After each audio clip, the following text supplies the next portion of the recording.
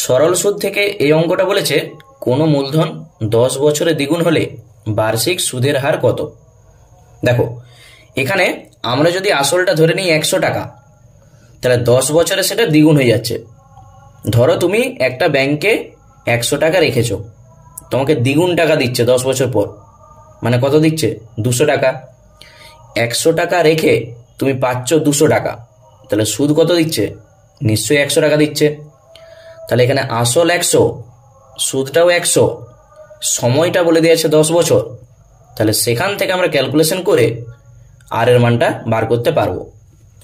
তাহলে প্রথমেই তুমি ধরে নাও, ধরি আসল সমান, আসল মানেই পি, 100 টাকা, কেউ এক্স ধরেও করতে পারো। অতএব সুদে আসলে দ্বিগুণ, তাহলে এখানে লিখে দাও সুদে আসলে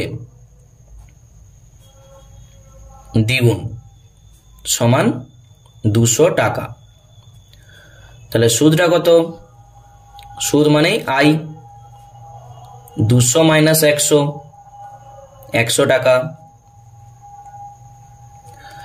সময় বলে দিয়েছে, সময় মানেই কি? টি, সেটা বলে দিয়েছে 10 বছর। তাহলে আমরা সূত্র কি জানি? আই সমান পি আর টি বাই 100 বা পিটি আর বাই 100, একই জিনিস। প্রত্যেকটার মান জানা আছে। আয়ের মান 100, পি এর মান 100, আর আমরা বার করব টি এর মান 10, আর নিচে আছে 100। তাহলে এখানে 100-র সঙ্গে 100 কেটে দাও।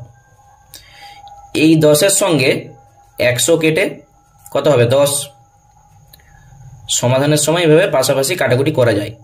তাহলে আর সমানে পাচ্ছি কত? 10। তাহলে সুদের হারটা কত? 10%। তাহলে এখানে আমাদের উত্তরটা কত হবে? 10%। এইটি হয়ে যাবে অ্যান্সার।